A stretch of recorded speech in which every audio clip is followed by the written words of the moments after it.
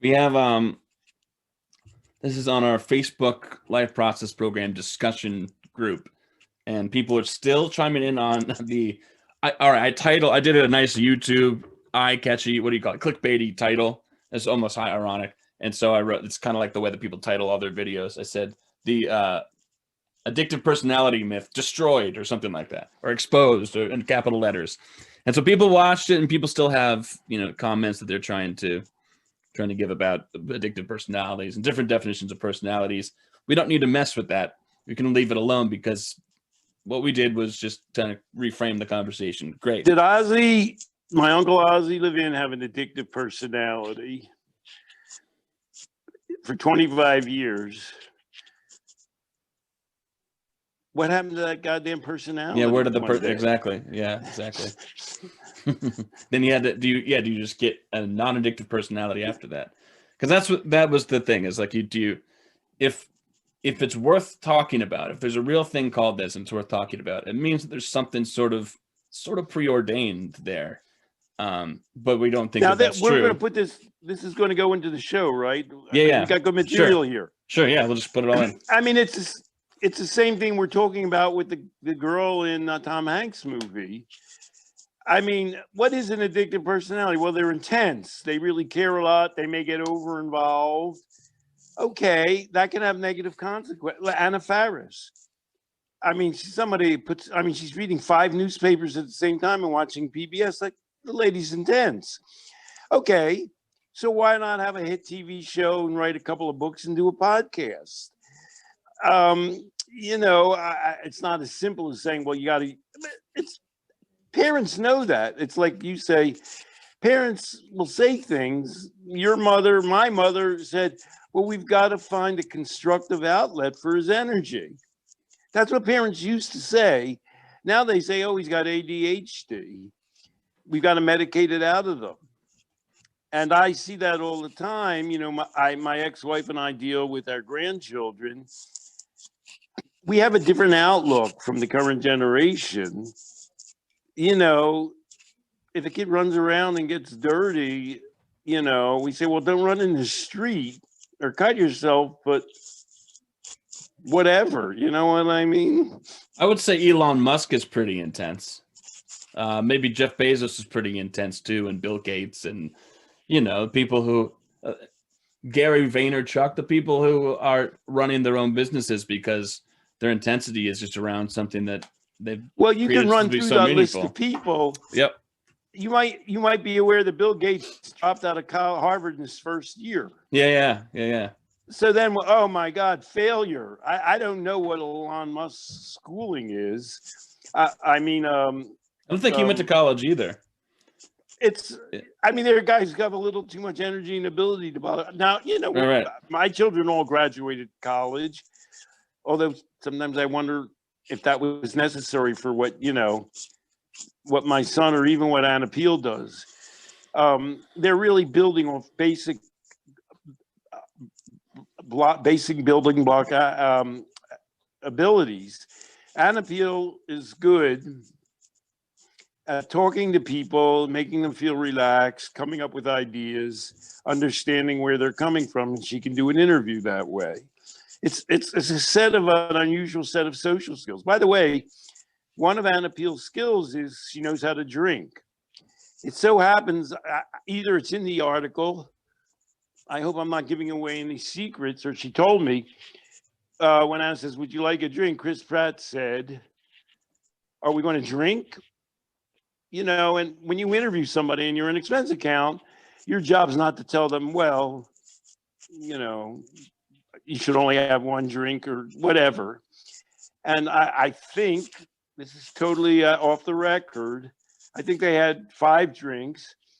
And Anna knows how to consume alcohol. She's not a giant girl. She's 5'10". She's not a big girl. She knows how to respond to another human being and drink in a social situation in a way where she keeps her task in mind and knows how to behave. That's one of her skills. Would you say you can go through what's a personality, and you could talk let's go big 5 in psychometrics or something like that. I mean, Anna, you're talking about as someone who is open mind, open to new experiences. Maybe she's agreeable in the sense that or task oriented. You know, if you could do the whole thing. You go, what's ocean, open minded. I mean, you could see that an open minded person could also be an impulsive or spontaneous acting kind of a person. Could be addiction, could be something She's not creative as and impulsive enterprises. as her older brother was. She combines, they in the psychological needs hierarchy, they have three: power, achievement, and sociability. Anna's combines. Sometimes when you look at a person, you think, oh, those three personality traits don't work out that differently. She's able to control situations. She's very achievement oriented. She got that from me and her mother. And she's agreeable. She's affiliate. They call that affiliative. But that's her older brother, who's, you know, a big deal in e-commerce. He was a guy who was very intense. I don't know if I've told you this story, but my wife and I were well matched value wise. We walked in and they said, you know, Dana has ADHD. We'd like to put him on Ritalin. And without looking at each other, you know, Mary and I both shook our heads no. He said, you know, I mean, he's not destructive. He is a little hard to sit down. And now I've been with my son in Central Park, and he's got a big booklet in front of him, which has a lot of symbols in it that normal human beings, it's code, can't understand. And he's like, well, his kids are running around, but mayhem. And he's reading this code and understanding it and formulating whatever they have to do with it. So, you know, he was a kid who's very intense. And now that seems to be paying off pretty well for him, you know? Exactly. And that's my point, is that I won't go through all the big five, but you see where I was going. You could take anyone's Are preferences. we answering people's questions here? If I can let me get through this. All right. You can take. But that's an answer to the question. That's an answer to some question. No. That's why you said, are we recording? But we just went with it. There's a thread that continues on the social media, on our social media. And it's just people keep pouring on, giving their 2 cents. So just to throw another wrench in. No, incredibly intelligent things are being said about it too. But just disagreements. Whatever personality is, you don't think about. You have a kid in the world, and you say, well, this person's disposition is whatever. They're a conscientious person. They're an agreeable person. They're whatever it is. You don't say, okay, those are good. Those are good. Ooh, that's the addictive one. No one does it. No matter who is asking the question or no one does that. And so it's not useful. And you can do all the statistics and analysis that you want. What we're saying in the life process program, and I think just practically as people, adults in the world, is people are who they are. And, you know, how does that comport with going through the world and being successful? Another way I put that is a personality doesn't equate to addiction. And I know people, you must know people who say, oh, I'm so intense that if I just have one drink, I go crazy. Or if I have more than one drink, so I only have one drink. That's one way to go with that. I know this about and then I know a guy who said, oh, I'm so intense. If I started smoking, I'd have a cigarette out of each hand. So I don't smoke. I mean, is it that hard to put together? Yeah. So their addictive personality disappeared. But let me get to from that thread came this question. Now, trigger warning for you. This person uses the word trauma several times, but I think she used the way that I'm reading this. She's using it in the most practical, useful way to use the word trauma. I'm going to just sum up the things that she's saying. It's a really long one. Blah, blah, blah, blah, blah. Sorry. I'd never had a problem abusing substances until about 3 years into dealing with the consequences of cancer treatment around age 46. My health problems began at 30, so I've been able to deal with them for 16 years. And then I lost my entire colon, and then that was it. The only thing that stopped the flashbacks that I had from that, and I had panic attacks and anxiety, besides benzodiazepines, was alcohol. So for me, I think the whole thing was kicked off by like medical, just traumas along the way. It makes me wonder if there should be different, distinct categories for the kind of addiction that's just sort of, what she's saying is sort of the naturally occurring, non-medicalized, I go to the doctor for this kind of addiction that you and I might talk about, range of possible experience, and then like the iatrogenic sort of traumas that say it's because from a medical. The trauma model that Gabor is based on is called ACE, adverse childhood events. Getting in a car accident or having cancer when you're 30 isn't an adverse childhood event. Adverse childhood events are when you come from a broken household, when one of your parents is addicted, they're divorced, one's a criminal, you're sexually assaulted as a child. One of the problems with misusing the word trauma is the use of it to describe those things, which are childhood dysfunctions that are horrible and should be avoided, and then bad things that happen to adults, some of which are unavoidable. Let me get this. This is you'll want to hear this part. This is the meat of her question. So, like at the end, you said, "I would like to ask Dr. Peele for suggestions for coping when you know there's a trauma in your life that's going to be ongoing. So it's not like I can stop having procedures and tests and surgeries. And when I ask the doctors about it, they just kind of shrug. These days, you could forget any sort of pharmaceutical help for either pain or anxiety. So what are you really left with besides self-medication? And so what's advice she's saying for you? Well, I could throw that question back to you as well. I mean, damn it. I knew a woman who got cancer. Yeah. This is before marijuana was legal, and she was getting radiation therapy. And she was seeing a surgeon in Stanford. He said, do you smoke marijuana? Because maybe you want to do that. I mean, to alleviate the pain, to take your mind off it. That's why, one of the pieces I published in Filter, I think Zach came up with the title, "People are drinking during the pandemic and taking drugs." Well, that's what they were invented for. I mean, obviously, the critical issue is what we talk about in the Life Process program and addiction. Is it making your situation worse? Right. I mean, obviously, if you've got lung cancer and you're smoking, you're going in the wrong direction. Or if you've got some kind of an illness that your habit. But even there, I'm just going rifling through my life. My brother's widow developed breast cancer. Alcohol overall, what they say now is that alcohol has been related to some cancers, which is true. It's just that it's higher loading on heart disease, and more people die of heart disease. However, my brother's widow developed breast cancer. My brother's widow was a Mormon. She was brought up in the Mormon faith. Her family was big Mormons, and she likes wine, and she drinks it before she goes to bed. And, she has an oncologist. And I say, what did he say? He said, well, why don't you only have one glass of wine before you go to bed? So you might say, well, wait a second. This woman has breast cancer. Alcohol is a risk factor for breast cancer. And I'm thinking, this oncologist is just looking, and I think a ton of doctors do that. He's saying, the woman's in her late 70s. I guess I could tell her never to drink again. It's part of a lifetime routine that works for her. She's a happy, contented person. I'm not going to tell her not to drink wine. I'm going to tell her, to be, a little bit careful about it and mindful about it. And that's true of a million things.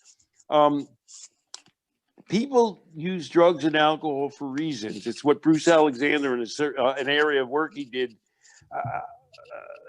at one point about motivation. It's a difference between drug use as adaptive or drug use that's maladaptive. And he calls it the exposure versus the adaptive theory of drugs, where people say, oh, you'll get addicted if you use a drug at all. And he's saying, well, people are using drugs often for a reason that plugs in. And the question that, I introduce, it's in our chapter in the Meaning of Addiction, Theories of Addiction.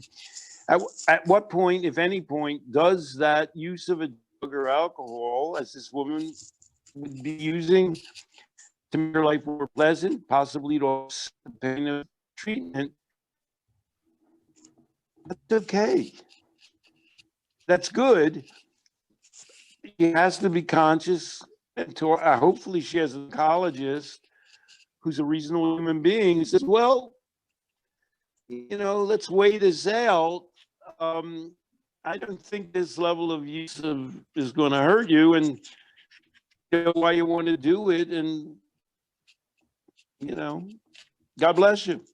So there's a distinction to be made between, drug use, even if it's illicit drug use, that's helping you in life, enhancing your life, versus drug use or any sort of behavior that's actually diminishing, your ability to create good experiences in your life. And so it's not really an addiction if she's saying that she's using drugs to make things better. I cut up the DSM-5 because they have a list of what is bad, and they only use addiction with one crazy thing in the world, gambling. But the underlying dimensions of DSM-5 is a harm reduction document. You have to have they don't say, well, don't use heroin or alcohol. They don't say if you've been addicted to heroin or alcohol, don't use it. They say, what problems does it cause? And the two underlying dimensions of DSM-5 are maladaptive behavior, dysfunctional behavior, and distress. If anything in the book causes you to function poorly, or if it causes you greater emotional distress, then you're in the book. And if it's not, including taking heroin like Carl Hart does, including having hallucinations. Hallucinations are not in and of themselves psychotic. Do they cause you distress, and do they cause maladaptive behavior? Do they cause you to function dysfunctionally, work in the world? And you can't do any better. And if you say they had to come up with that in DSM-5, didn't my grandmother tell me that? Yeah, exactly. Yeah. And it's the same with the relationship. I mean, we could rate everything by those two dimensions. You could say, is this relationship love or addiction? You say, well, is it enhancing your life, improving your behavior? Are you making better friends? Or is it the kind of relationship where the person says, oh, I don't want you seeing your sister and your mother? And when you go to bed at night, are you happy or are you distressed? So Elizabeth, you're in the thread. So, if this answered your question really well, good. Let us know, but also let us know if there's something more that you're looking for besides the framing of it. And is drug use basically okay, or should you be stopping or something like that? With the information we have so far, I think that's a pretty good answer. And we love you, Elizabeth. And, sometimes life deal you only aces. And we appreciate that you're a human being trying to do the best with, some jokers you got. Yeah. Thanks for the question. This one is about social media. I don't hear the two of you talking a lot about social media addictions, technology addictions, like addictions to Facebook or Twitter. What do you think of the new Netflix movie about this? And is social media addiction something that you deal with in the Life Process program? Eager to hear your thoughts. Actually, that's something at some points you and I have been preoccupied with. Yeah. It's absolutely, because we're dealing with children. Mm-hmm. It's absolutely in our book, Outgrowing Addiction. And in a way, we've gotten off it because to some extent, everybody's aware of it now. And social media and video and electronic addiction is an addiction in ICD-11. I have a video about gaming addiction that I did where 4 kids interviewed me from California. It's just a fun thing. Try and look it up. And what I say there, and I know you have exact thoughts about this as well. I've heard you express them. You're not going to get through life today not being electronically sophisticated. Why don't you take it for a second there?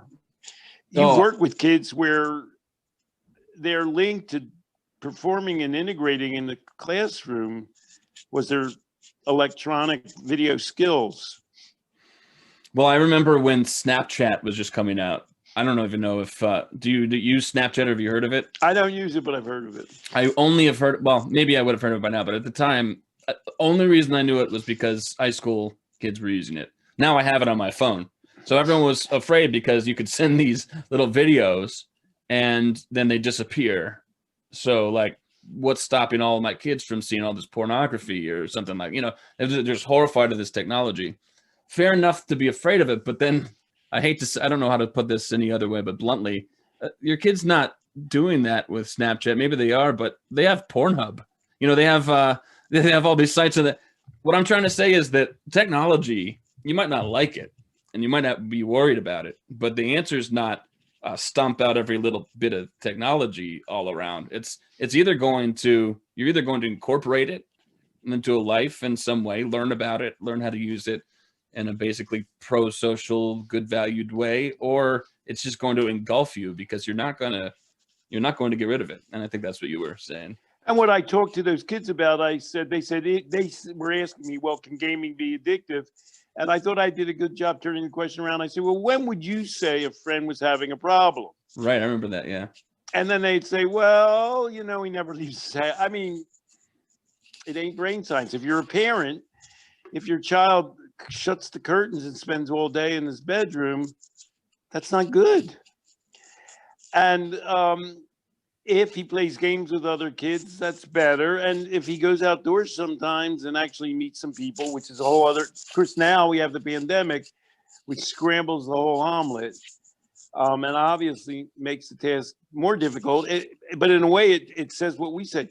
It used to be that you might say to your kid, why don't you go outside and play with some kids? Now, to some extent, perhaps the most sociable and interactive thing you can do is to interact through media, social media. So there's an example of where if you had chisel all of this 10 commandments of raising your child and what's addictive, you've had to erase it. And it's hard to erase chiseled stone, as you might know. They still have the same 10 commandments, and you have to make the best deal you can with the environment you're faced with. And of course, we want to create the best environments that are possible. That's what politics are for. That's why you vote for a president.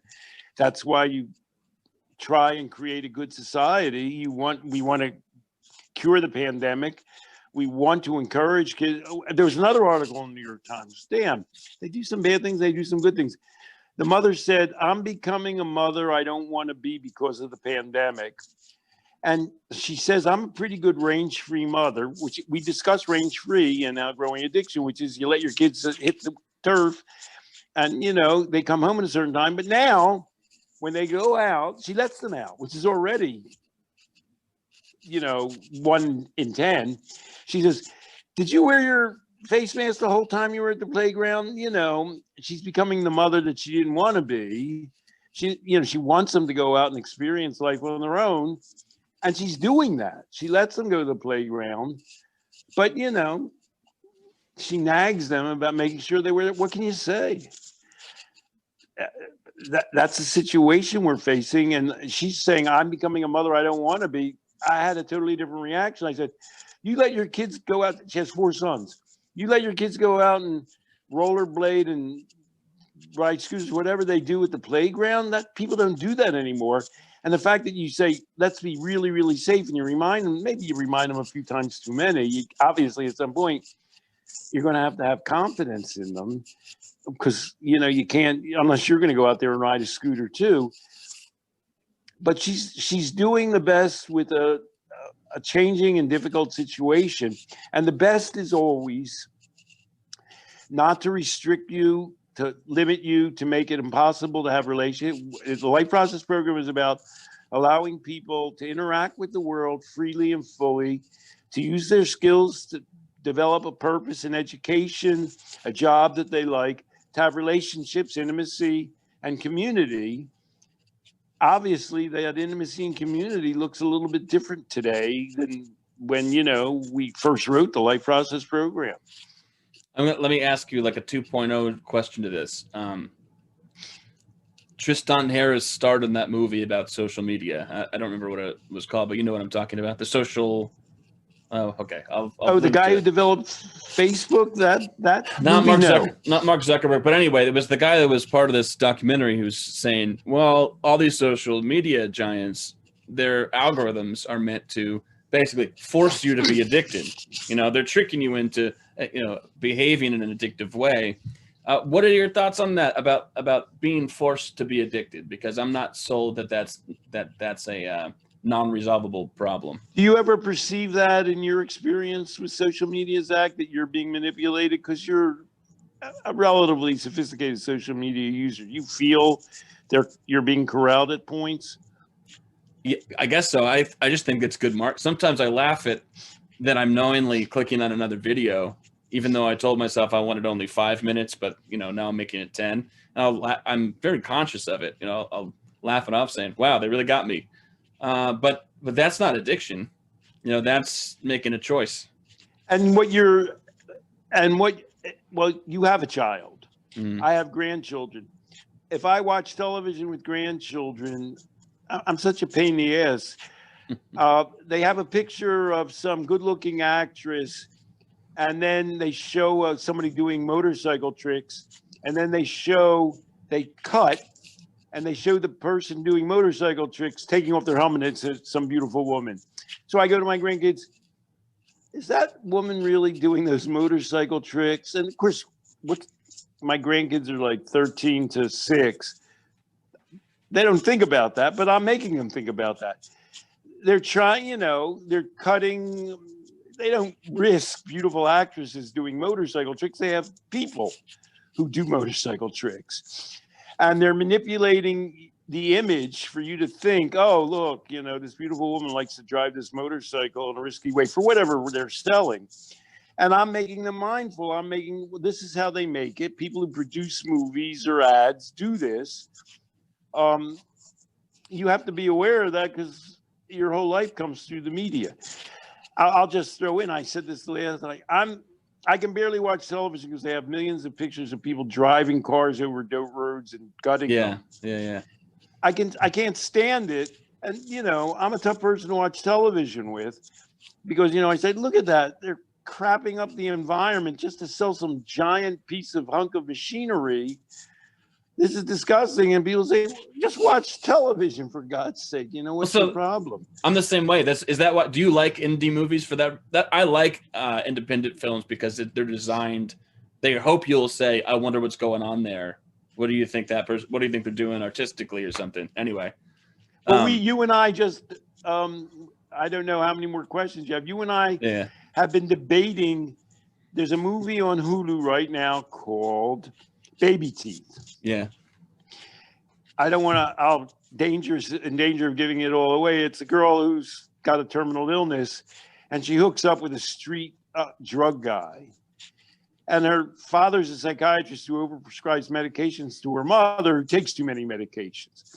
So, everybody's, and the girl goes out, she's trying to live life for obvious reasons, and she maybe drinks and takes drugs in a not constructive way. So everybody's doing something wrong or got a problem. It's just getting back to Elizabeth. People were dealt a hand, they're trying to deal with it. And it really makes you think. I feel it's a great harm reduction movie because it's about nobody quits their drugs. And I'm just thinking, if you're a 12-stepper, at one point, the mother says, well, I've given up all those medications. Well, I took a half pill this morning. That stuck out to me too. And you see everybody recover. He's going, bah, bah, bah, bah. But, she's cut back and obviously she's relating more to people. Then they show the psychiatrist who's giving other people medication shooting up. And everybody's going, oh, blah, blah, blah, he's an addict. But, he's got a lot on his mind. His daughter has a terminal illness and she's dating a drug guy. And that's the only time they show him shooting up. And so it's a movie, I feel, that makes you say, well, when is drug use? Nobody in the movie enters recovery. Nobody quits drugs. The street drug guy, who knows what he ends up doing, but he obviously cares about the girl. And he actually sort of comes to be loved by the family in a way. It's about, there's more and less drugs and alcohol. There's negative and positive uses of them. All of them use substances at some point in a bad way, but all of them, through their love of each other and through working with one another, come to a more creative and positive resolution of life. And a good independent movie makes you say, wait a second, well, what is bad drug use? What's addiction? I think the film can be used as an educational film for harm reduction. As I said, it's called Baby Teeth, and it's right now it's on Hulu. Yeah, it was good. I love the premise of it for those reasons. The last thing I'll say on this, and then there's just one more question, is some of the content that's most popular, I think, is pop now, 2020 into 2021, is popular because it does that. Like, it gets you thinking at that meta level about things. So people are thinking more, are they? You feel much more. You wouldn't think about it that way, but let's say that guy, Jordan Peterson wrote the book, psychologist, wrote the book 12 Rules for Life. He got popular because he recorded all of his lectures at the University of Toronto. They're like 2-3 hours long, and people just binge watched these lectures about psychology. You might like them, you might not like them, but he talks about the world at like the level of, why am I making decisions? What's good? What's bad? What's Joe Rogan? I'm not saying he's the smartest person or is the best, but 3-hour long podcasts talking about, comedy, how they make movies, what people are thinking behind the scenes, what their lives are like. People are consuming this at large scale, do-it-yourself videos. So that you take the good with the bad, I think. Social media, this could definitely lead you down the wrong road, but it can also be very, very useful. Well, we're so far from their level of performance and audience. I like to think that our little Sundays with stories and question periods are God's gift to addiction. I don't feel anybody anywhere discusses addiction with the nuance and complexity and openness and flexibility and revolutionary thinking. And let's take questions from the audience that we do. So, maybe someday they'll find this, buried in the archives of the internet. And, well, it's what happened with me with love and addiction.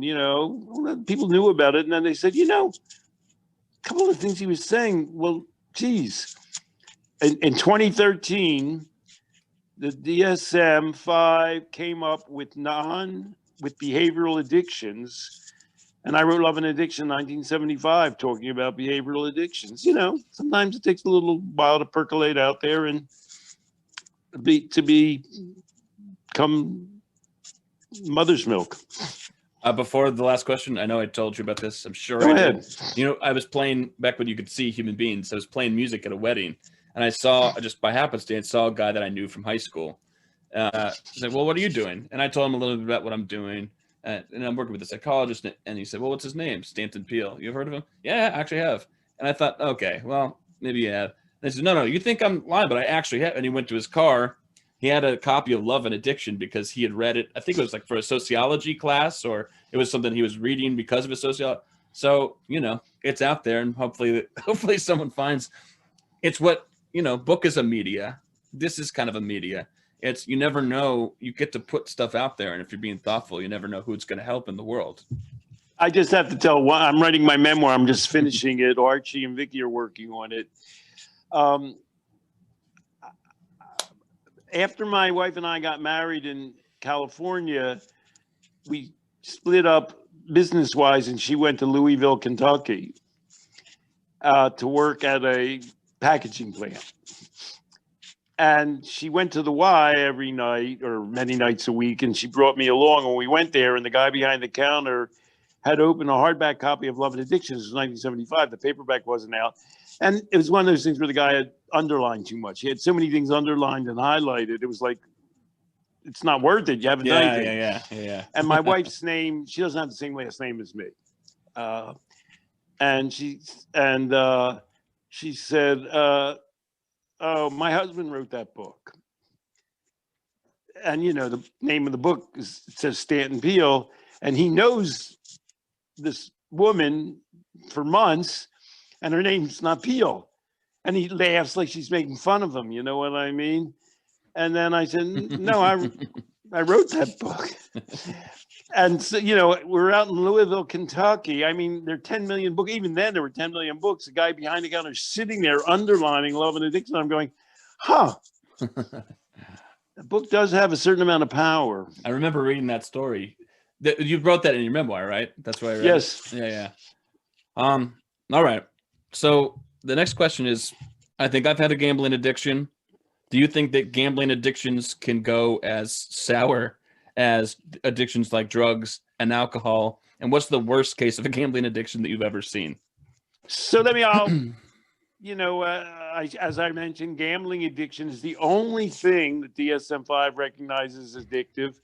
I've written about gambling addiction all along. I talk about it in Love and Addiction, and I wrote a seminal article for the International Journal of Gambling Addiction. And when I was 19, I was hitchhiking to visit with Archie, who was staying in California with his sister and brother-in-law. And somehow I ended up in Reno or Las Vegas, and I met a guy who was going home who had mortgaged his house in order to continue gambling all night. And then when that happens, they give you $20 to get home because they've just taken $50,000 or $100,000 from you. And the guy, he was beyond despair. He had lost his house. His wife was going to divorce him. He had given up everything for it. So I knew about gambling addiction from the start. So that's one story. And it can be as severe as any addiction can lay you low and kill you. The second story I have, though, is a funny, different story. I got invited to a gambling addiction conference in Canada, in Halifax. And this is a Stanton Peele story.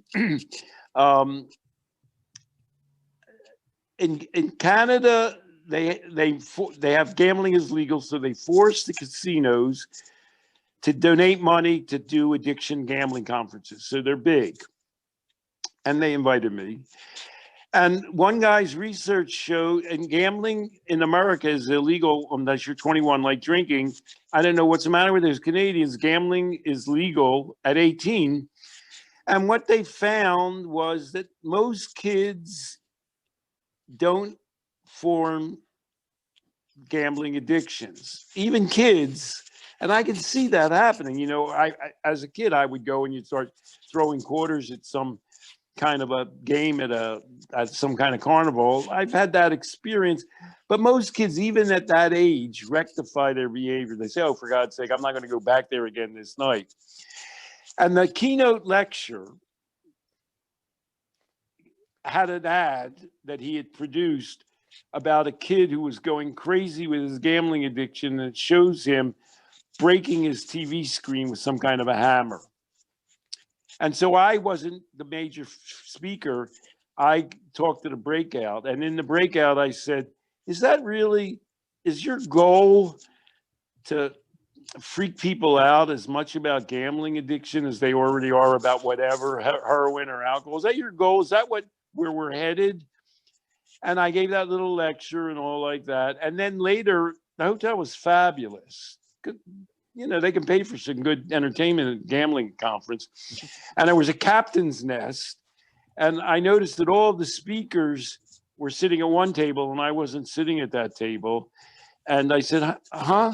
And somebody said, oh, the keynote speaker said he kicked you off that table. And so, by the way, when I wrote about this later, I met a guy who said, oh, I was there. I saw that whole thing take place. Sometimes I think the stories I tell, did this really happen? On the way out, I saw the guy. And I said, hey, Bill, what's up? And Bill turned on me.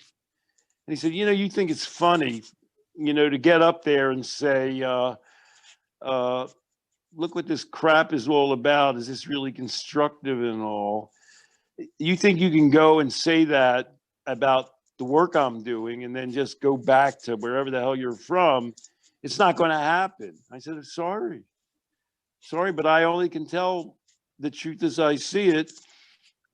You're following a road that's already proved to have failed with drugs and alcohol. Your goal is to create a gambling hysteria the way there was and is drug and alcohol hysteria, and that's not what I'm about. So those are the two sides. Gambling can be addictive. It can destroy lives completely.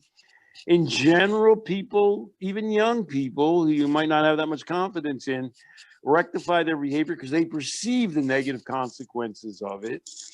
And however you regard gambling addiction, however you encounter it, it's the same as all addictions. Freaking people out about how they're out of control of it, how it's taking control of your lives, how it's destroying people is not the way you tackle addictions. You tackle addictions by encouraging, supporting, and nurturing people, young people and old people as well, allowing them to realize their own values and strengths so as to be able to build the bulwarks against any kind of addiction, gambling, drugs, pharmaceuticals, what have you, sex and love. Anna Faris, I feel, I don't know, I'm a little disappointed that you're going around on television showing people your giant engagement ring. I would think at this point in life, you might say, you know, I'm looking for a little bit of a lower key kind of a love relationship, somebody I share values with, who's politically tuned in with me, who likes a lot of information, who likes to hike. You know, we have more in common rather than, oh my God, finally, the mate of my life. This is the answer. That's what the discussion I'd like to have with her. We're recording this on the same day as we talked about Anna Faris, but people might, if they haven't watched it, it's almost like she's holding up her sobriety chip. And she hasn't made the same connection that, you know, people say alcohol is horrible, but I kind of have to do my own thing. She hasn't made that connection with her love relationships. She's still trying to follow. She hasn't generalized it. She's a brilliant woman who's had a lot of success. I hope she'll expand in that direction. I'll tell one last thing. When it comes to gambling, you know about this client, and if you don't remember, I'll forward you again. So I can't say too much, but it's somebody that I worked with, and we began working together, and he used to talk about his gambling, and this is a person, he's millions in the hole, and you know, legal repercussions for it. And he was first trying to say, well, my traumas made me do it, and like my gambling took me over. And so I didn't say, no, your traumas didn't, no, the gambling didn't, but I did ask him some pointed questions. And what he decided was that he turned to gambling for an experience that he felt was an absolute lifeline. There's no shot at me getting it some other way. I can kind of get it. I can piece it together through gambling, the trips, the entertainment, the women that I meet, the people who think I'm important, the rush that it gives me. Put it all together, and there's some good and some bad, but it's at least better than my inability to create it somewhere else. And I thought that was, you know, that was just, he came to the conclusion that was just, he could have written a book for us, you know, at that point. So that just goes to show it's not, like you've always said and you're saying now, it's not the thing. You know, Carl Hart says drugs aren't the problem, opioids aren't the problem. And we can kind of say gambling's not the problem. But of course, insofar as someone has a problem with it, it can yield just as destructive consequences as anything else. Well, what I liked about your description and what you allowed him or helped him to come to see is gambling came to be one big package for all of the needs that he wasn't fulfilling, and it became the object of his desire, right, his addictive object, for a reason. But the reason isn't gambling. Maybe the reason has something to do with trauma, but that's not what his life currently is about. And you helped him to we've been talking about mindfulness. We've been talking about making people aware of the function that an activity serves in their life to be able to deconstruct that. And once you can objectify it, once you can come to grips with it, you can deal with it, you can curtail it, you can find alternatives. And that's the gift of you and this person in coaching, and which I've seen you do in other arenas. So those are the big questions today. There are a couple other questions, but I'm not actually accepting, people figure this out, I'm not accepting questions that are more statements than questions, you know, just because they have a question mark in them. So the people are valued just as much, but I'm trying to take questions in earnest. So Those are our good We do three. have to Jack. limit our time somewhat at some Yeah. point. We do have one or two other little things to do. That's right. All right, Zach, adieu again. There's nobody I'd rather spend time with more and discuss and dealing with things more than the things that we talked about tonight and in other sessions. Happy New Year. Happy New Year to you too. And folks tuning in, ask questions if you want to. info@lifeprocessprogram.com on social media, or just go to the website and you can find anything that you need out about our program or how to get in touch with us. It's lifeprocessprogram.com, and all of that is in the show notes. Have a great night, Stanton.